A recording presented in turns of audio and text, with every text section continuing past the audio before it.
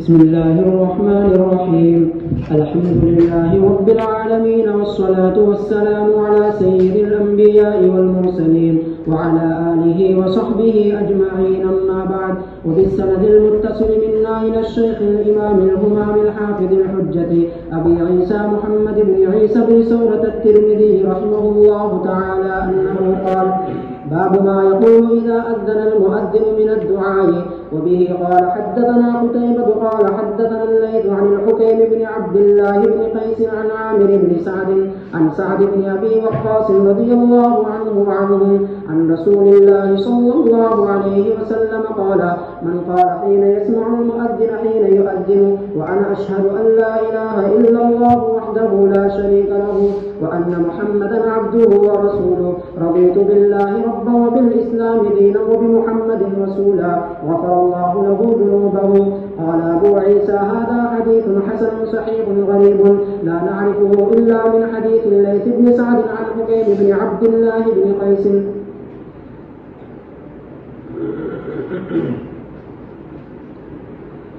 بسم الله الرحمن الرحيم.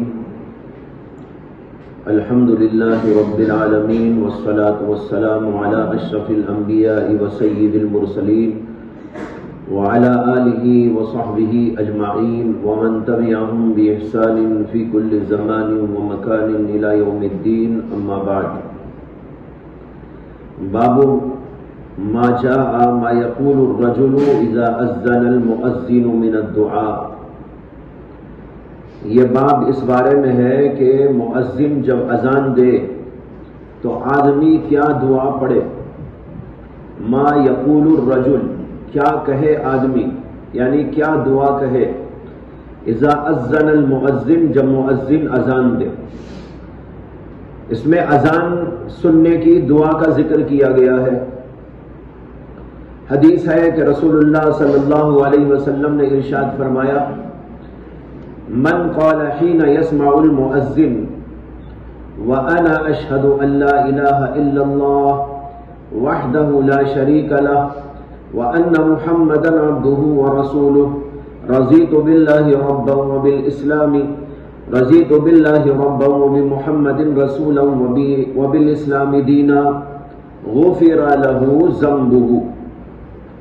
جو آدمی مؤذن سے اذان سنے تو یوں کہے: وَأَنَا أَشْهَدُ، میں بھی گواہی دیتا ہوں کہ اللہ کے سوا کوئی معبود نہیں، اور یہ کہ محمد اللہ کے بندے اور اس کے رسول ہیں.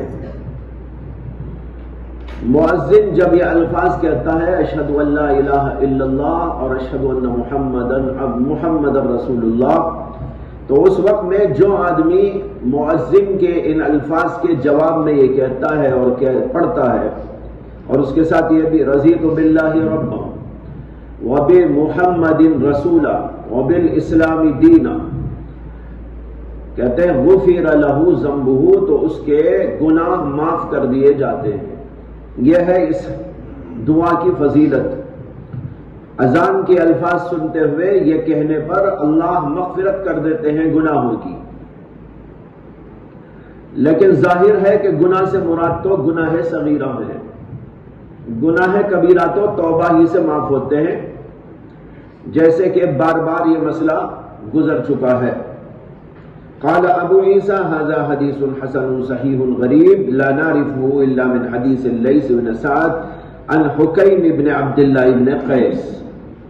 یہ حدیث حسن صحیح ہے، لیکن سند کے اعتبار سے غریب ہے.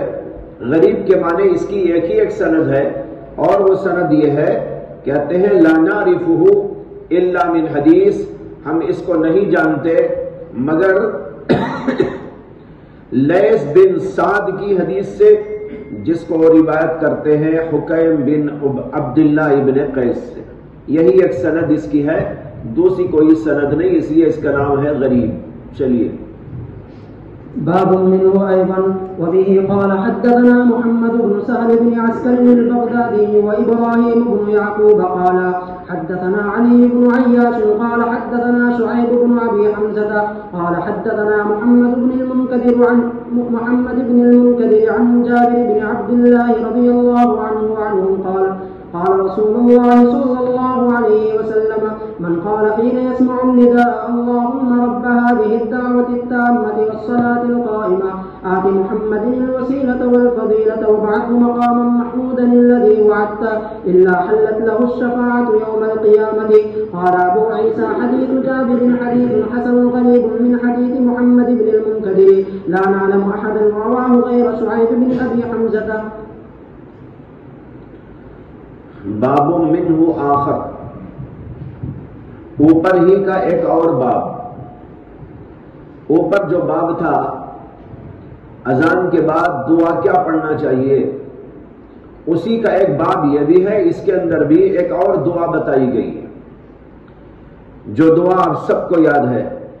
حضرت جابر بن عبداللہ رضی اللہ عنہ کہتے ہیں قال رسول اللہ صلی اللہ علیہ وسلم من قال حين يسمع النداء، جو آدمی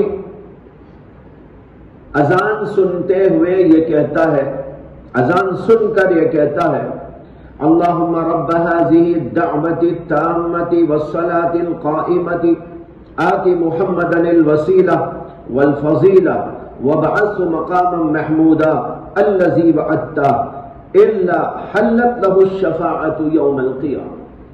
جو آدمی یہ دعا پڑھتا ہے اس کے لیے قیامت کے دن میری شفاعت حلال ہو جاتی ہے، یعنی میں اس کے حق میں سفارش کروں گا، میں اس کے حق میں اللہ کے سامنے دعا کروں گا اے اللہ اس کی مغفرت فرما دے، اس کو جنت عطا فرما دے، اس کے گناہوں سے درگزر فرما دے. جو آدمی اذان کے بعد یہ دعا پڑھتا ہے اللہ کے نبی کہتے ہیں اس کے حق میں قیامت کے دن شفاعت حلال ہو جاتی ہے، یعنی میں اس کے حق میں شفاعت کرتا ہوں.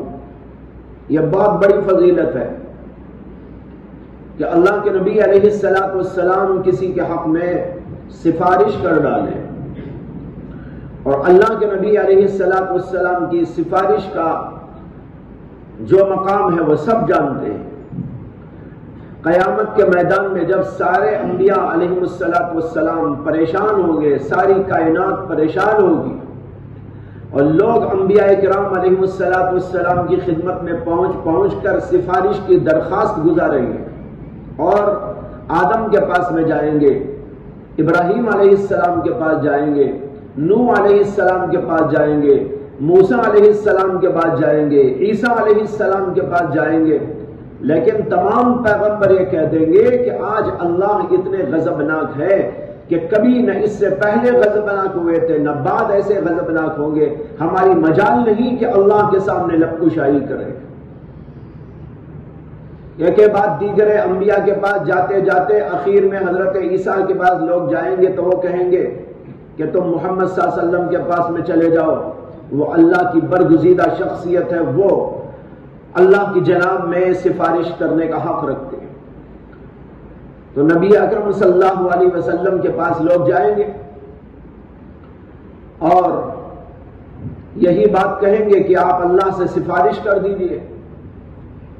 چنانچہ آپ وہاں مقام محمود پر تشریف لے جائیں گے جس کا اس حدیث پاک میں ذکر ہے وَبْعَثْهُ مَقَامًا مَحْمُودًا. تو مقام محمود ایک مقام ہوگا اور سارے لوگ دیکھ رہے ہوں گے کہ نبی اکرم صلی اللہ علیہ وسلم اڑتے ہوئے چلے جا رہے ہیں، اور جا کر اس مقام پر کھڑے ہو جاتے ہیں اور پھر وہاں سجدے میں پڑ جاتے ہیں، اور 1 ہفتے کے برابر آپ کا سجدہ ہوتا ہے. 1 ہفتے کے برابر سجدے میں رہتے ہیں. پھر اللہ فرمائیں گے اے نبی علیہ السلام آپ اپنا سر اٹھائیں، جو مانگنا ہے مانگے. تب اللہ کے نبی علیہ السلام سفارش فرمائیں گے کہ لوگ پریشان حال ہیں، اس لیے حساب و کتاب کا مرحلہ پورا کیا جائے. پھر اس کے بعد اللہ فرمائیں گے کہ آپ جائیں، اس کے بعد یہ سلسلہ شروع ہوگا. یہ ہے مقام محمود جس کے اندر اللہ کے نبی علیہ السلام جا کر لوگوں کی سفارش کریں گے. بتانا یہ ہے کہ آپ کی سفارش کا اتنا بڑا مقام اور مرتبہ ہے کہ جہاں انبیاء اکرام علیہ السلام سفارش نہیں کر پائیں گے وہاں نبی اکرم صلی اللہ علیہ وسلم سفارش کریں گے. تو اس کو آپ نے کہا الا حلت له الشفاعہ. جو آدمی یہ دعا کرے گا اس کے حق میں میری سفارش چلے گی، میری سفارش اس کے حق میں حلال ہو جائے گی. اس کے اندر آیا ہے اللہم رب هذه الدعوة التامة، دعا کے الفاظ. اے اللہ، اے اس مکمل دعا اور قائم نماز کے پروردگار. ربا رب کے معنی میں اور اس کی اضافت ہو رہی ہے حاضی دعوت تامتی والصلاۃ القائمتی کی طرف. تو لہذا اس کا مطلب ہوا اے اللہ جو کہ پروردگار ہے، دعوت تامہ کا، مکمل دعا کا، والصلاۃ القائمہ اور قائم نماز کا. دعا سے مراد یہاں پر اذان ہے. یہاں دعا سے مراد اذان ہے. اذان بھی تو دعا ہے، دعا کے معنی دعوت، دعوت و تبلیغ. اذان ایک دعوت ہے، پیغام ہے، تبلیغ ہے. اللہ کا پیغام لوگوں کے کانوں تک پہنچایا جاتا ہے. اللہ اکبر، اللہ اکبر، اشہد ان لا الہ الا اللہ، اشہد ان محمد رسول اللہ. اگر واقعی لوگ اس کو دعوتی نقطے نظر سے دیا کرے اور سننے والے لوگ بھی اس کو غور سے سن لیں تو اس کے اندر بہت بڑا انقلاب پیدا ہو سکتا ہے. یہ دعوت ہے، تبلیغ ہے. میں آپ کو ایک واقعہ سناؤں. ایک صاحب میرے پاس آیا کرتے تھے جو پہلے عیسائی تھے، بعد میں مسلمان ہو گئے تھے. کئی سالوں کے بعد، یعنی مسلمان ہونے کے کئی سالوں کے بعد وہ میرے پاس آتے جاتے رہتے تھے. میں نے ایک بار ان سے پوچھا کہ آپ پہلے عیسائی تھے، بعد میں مسلمان ہو گئے، تو آپ مسلمان کس بنیاد پر ہوئے؟ کیا چیز آپ کو اسلام کی پسند آئی؟ تو انہوں نے اپنا یہ واقعہ سنایا. انہوں نے کہا کہ میرا گھر ایک زمانے میں فریزر ٹاؤن کی مسجد کے قریب تھا. وہاں میں رہتا تھا اور 5 وقت یہ اذان کی آواز ہمارے کانوں میں آتی تھی. جب یہ کانوں میں اذان آتی تھی تو ہم لوگ پریشان ہوتے تھے. ارے بھئی یہ مسلمانوں کو کوئی کام نہیں کیا، دینا ہو تو اپنے گھر میں دے لیں، کچھ بتانا ہو بولنا ہو تو اپنی مسجد کے اندر کر لیں. یہ کیا کہ لاؤڈ اسپیکر ڈال دیا ہے اوپر سے، کبھی ہم سوتے رہتے ہیں، کبھی کوئی کام دھام میں رہتے ہیں، کوئی بیمار رہتا ہے، بچوں کا کوئی مسئلہ رہتا ہے، تعلیم کا مسئلہ رہتا ہے، کبھی پڑھتے رہتے ہیں، کبھی کچھ کرتے رہتے ہیں. ان لوگوں کی اذان 5 وقت دن میں آتی ہے، کبھی فجر میں آتی ہے، نیند سے اٹھ جاتے ہیں اور پریشان ہوتے رہتے ہیں. کیا قصہ ان لوگوں کا؟ کہتے ہیں کہ ایسا ہم کرتے رہتے، کہتے رہتے تھے. ایک بار اذان ہوئی تو میرے دل کے اندر ایک سوال آیا، اور وہ سوال ہی دراصل میری ہدایت کا ذریعہ بن گیا. کہتے ہیں کہ اذان ہوئی تو میرے دل کے اندر یہ سوال ہوا کہ یہ مسلمان لوگ اپنی مسجدوں کے لاؤڈ اسپیکر سے اتنے زور زور سے جو اذان دیتے ہیں، اذان تو نہیں بولتے تھے وہ اس زمانے میں، یہ کچھ بولتے ہیں، تو سوچنا چاہیے کہ یہ لوگ شاید ہمیں کچھ بولنا چاہتے ہیں. اگر ان کو ہمیں نہیں بولنا ہوتا، کسی اور کو نہیں بولنا ہوتا، اپنے آپ میں کچھ بولنا ہوتا تو اپنے اندر ہی بول لیتے. لیکن چونکہ لاؤڈ اسپیکر لگا لگا کر دور دور تک آواز پہنچاتے ہیں تو اس سے یہ سمجھ میں آتا ہے کہ یہ مسلمان لوگ ہمیں کچھ بولنا چاہتے ہیں. لیکن زمانے یار من ترکی و ترکی نویدان، یہ عربی میں کچھ بولتے ہیں اور ہم کو سمجھ میں نہیں آتا. تو چلو آج پوچھ ہی لیتے ہیں یہ مسلمان آخر ہم کو کیا بولنا چاہتے ہیں. یعنی ایک ضد آ گئی ان میں. وہ کہہ رہے تھے میرے دل میں ایک ضد آ گئی کہ آج مجھے کسی طرح پوچھنا ہے کہ آخر یہ کیا بولنا چاہتے ہیں، کیوں بولتے ہیں، اتنے زور سے کیوں بولتے ہیں۔ کہتے ہیں غصے کی حالت میں اٹھا اور بازو پڑوس میں ایک مسلمان تھے، میں ان کے پاس میں گیا، ان سے تعلقات تھے۔ کہتے ہیں کہ میں نے ان کے گھر میں جا کر کہا کہ دیکھو بھئی آپ کی مسجد میں روزانہ آواز آتی رہتی ہے، اب میرے ذہن میں ایک سوال پیدا ہوا ہے کہ آخر آپ لوگ بولنا کیا چاہتے ہیں، کیا ہے اس کے اندر، ذرا مجھے مطلب تو سمجھو اس کا، ورنہ تو یہ آواز آتی ہے ہمیں ڈسٹرب کرتی ہے، کبھی صبح میں، کبھی دوپہر میں، کبھی شام میں، کبھی کسی اور وقت میں، اور جو ہے ہم کام کاج میں رہتے ہیں، کبھی بیمار رہتے ہیں، کبھی بچے تعلیم میں رہتے ہیں، یہ ڈسٹرب کرنے کا جو سلسلہ ہے یہ بہت ہی عجیب ہے آپ لوگوں کا۔ میں یہ معلوم کرنے آیا ہوں کہ اتنے زور سے آپ لوگ بولتے ہیں تو کیا ہمیں کچھ بولنا چاہتے ہیں؟ اگر بولنا چاہتے ہیں تو بتاؤ کیا بولنا چاہتے ہیں۔ کہتے ہیں کہ جب میں اس مسلمان کو یہ پوچھا تو وہ سر کھجانے لگا، بغلیں جھانکنے لگا اور کہا مجھے بھی معلوم نہیں ہے کیا بولتے ہیں، مجھے بھی نہیں معلوم ہے کیا بولتے ہیں۔ یہ بہت ہی افسوسناک صورت ہے۔ میں نے یہ واقعہ اب تک 50-100 دفعہ سنایا ہے اپنے بیانوں میں۔ کتنے افسوس کی بات ہے، کس قدر ذلت کی بات ہے کہ ایک مسلمان اپنی اذان کے معنی نہیں جانتا۔ اس اتنی بڑی دعوت تامہ، اللہ کے نبی کہتے ہیں دعوت تامہ ہے یہ، یعنی تبلیغ کامل، تبلیغ کامل، لیکن مسلمان جانتا نہیں ہے کہ اس کا مطلب کیا ہے۔ بہرحال وہ کہنے لگے مجھے بھی نہیں معلوم، چلیے ہم ایسا کرتے ہیں کہ ہمارے امام صاحب سے آپ کو ملاتا ہوں، وہ آپ کو سمجھا دیں گے، مجھے بھی سمجھا دیں گے، ہم دونوں ہمارے امام صاحب کے پاس میں جائیں گے۔ وہ کہہ رہے تھے کہ وہاں سے نکل کر انہوں نے مجھے امام صاحب کے سامنے لے جا کر بٹھایا اور کہا کہ ان صاحب کے ذہن میں ایک سوال ہے، وہ پوچھنا چاہتے ہیں، اس کے لیے ان کو لے کر آیا ہوں۔ امام صاحب نے کہا کہ بھئی کیا سوال ہے؟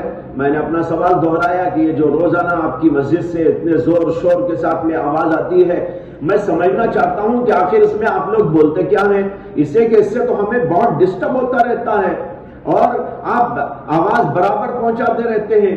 اب میرے ذہن میں سوال آیا کہ آپ اتنے زور سے کچھ بولنا چاہتے ہیں تو واقعی کچھ بولنا چاہتے ہوں گے، اگر کچھ ہے اس کے اندر بات تو آپ مجھے سمجھا دیجیے۔ امام صاحب نے کہا کہ بہت اچھا، میں آپ کو بتاتا ہوں۔ پھر اس کے بعد انہوں نے بٹھا کر ان کے سامنے اذان کے معنی بتائے، اس کی تشریح کی۔ اللہ اکبر، کیا ہے اس کے اندر؟ اللہ کی جلالت کا بیان، اللہ کی عظمت کا بیان، پھر اشہد ان لا الہ الا اللہ، اللہ کی توحید کا بیان، پھر اس کے بعد اشہد ان محمد رسول اللہ، پھر حی علی الصلاۃ، حی علی الفلاح، سب الفاظ کے معنی اور مطالب، خاص طور پر توحید اور رسالت کو انہوں نے واضح طور پر سمجھایا اور عقلی و نقلی دلائل کے ساتھ ان کے سامنے بات کو رکھا۔ وہ کہہ رہے تھے مجھے آج تک ان کی آواز میرے کانوں میں گونجتے رہتے ہیں جب بھی میں یہ واقعہ یاد کرتا ہوں کہ جب ان مولانا صاحب نے میرے سامنے یہ باتیں رکھی، جیسے جیسے میرے کان میں یہ آواز پڑ رہی تھی میرے دل میں ایمان گھس رہا تھا۔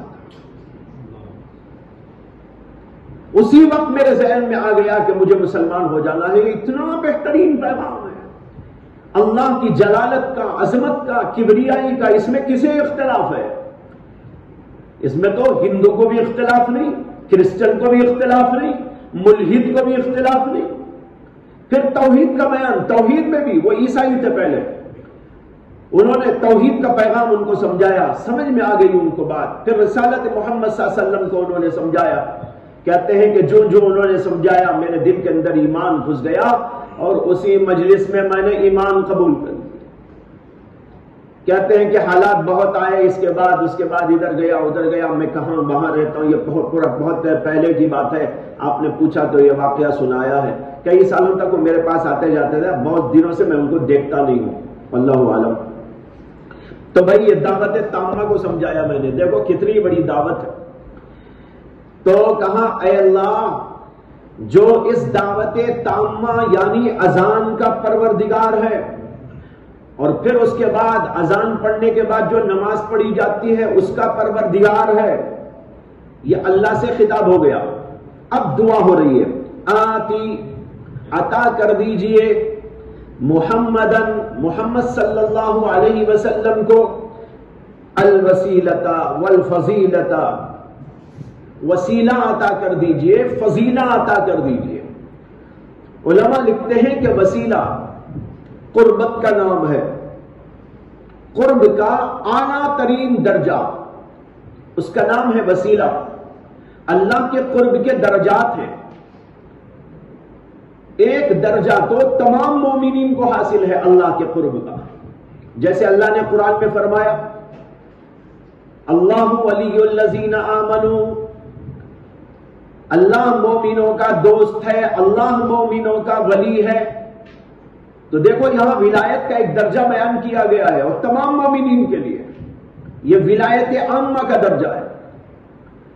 پھر اس کے بعد متقی لوگ، پرہیزگار لوگ، اللہ والے، پھر ان کے الگ الگ درجات، ان کے الگ الگ مراتب کے لحاظ سے اللہ کی ولایت اور قرب ان کو بڑھ بڑھ کر ملتی رہتی ہے، اس کے اندر اضافہ ہوتا رہتا ہے۔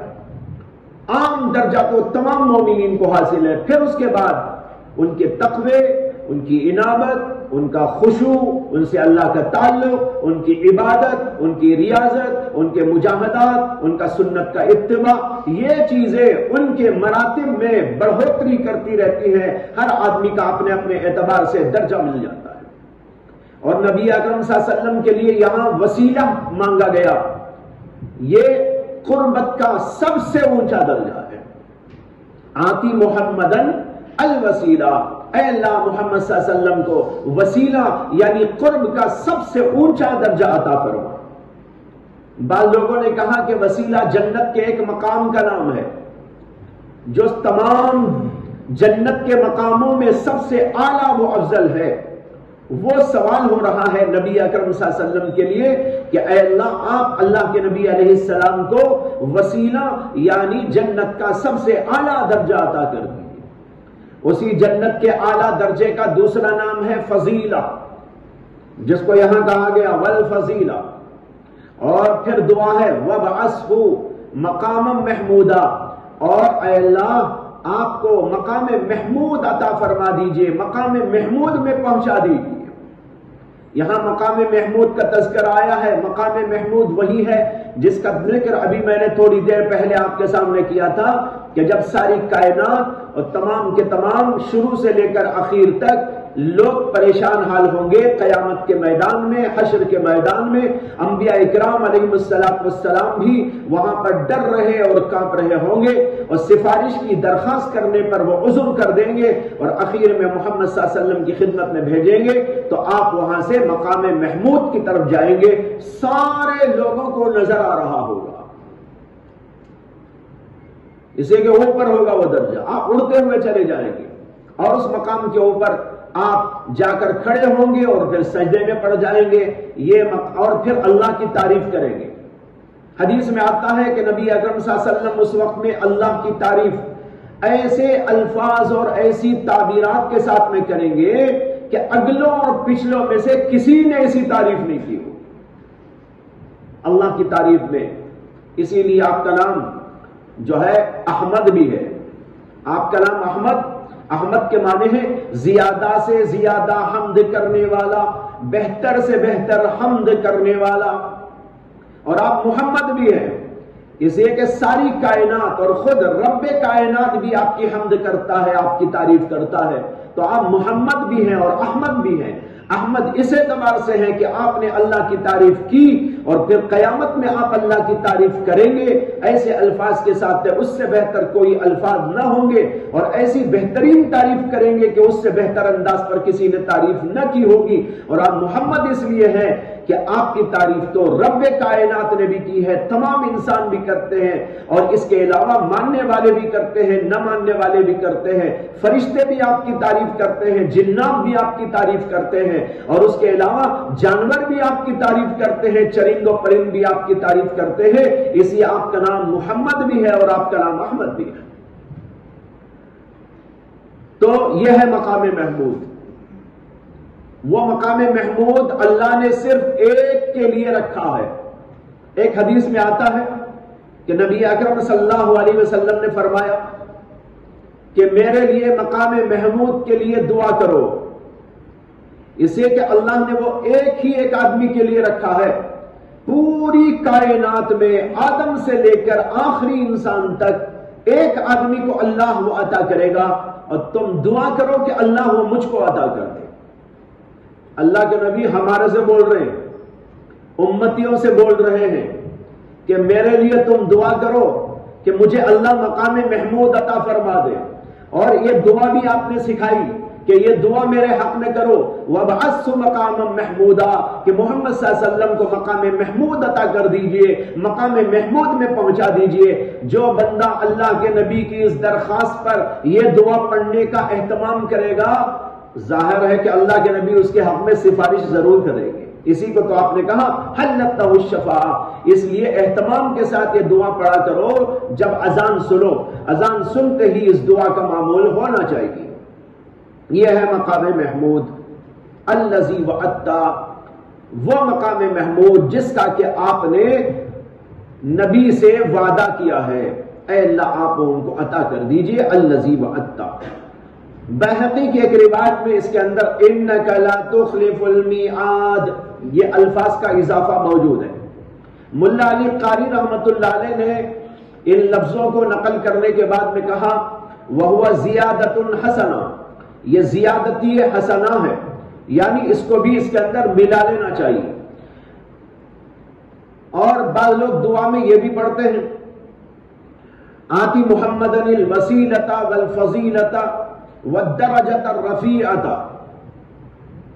یہ والدرجۃ الرفیعۃ ہمارے شیخ حضرت مولانا شاہ ابرار الحق صاحب نور اللہ مرقدہ برابر اس پر ٹوکتے رہتے تھے کہ یہ دعا میں الفاظ نہیں بولنا چاہیے، اس لیے کہ حدیث کے اندر یہ موجود نہیں ہے، جتنا حدیث کے اندر موجود ہے اتنا ہی بولو۔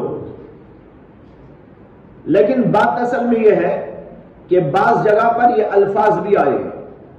علامہ ابن السنی نے یہ الدرجۃ الرفیعہ کے الفاظ بھی اضافہ کیے ہیں روایت کے اندر، لہذا معلوم ہوا کہ بعض روایتوں کے اندر والدرجۃ الرفیعہ بھی موجود ہے، اس لیے ان الفاظ کا بڑھا لینا غلط نہیں ہے، بعض روایات کے اندر موجود ہے، اس لیے ان الفاظ کے ساتھ بھی دعا مانگی جا سکتی ہے۔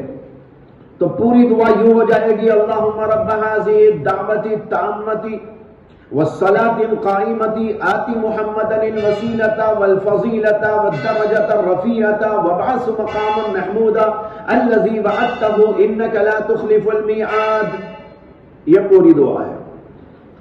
جو آدمی یہ پڑھے گا الا حلت له الشفاعة یوم القیامہ۔ قال ابو عیسیٰ حدیث جابر حدیث صحیح حسن غریب، بعض نسخوں کے اندر صحیح کا لفظ یہاں پر نہیں ہے، بعض میں ہے۔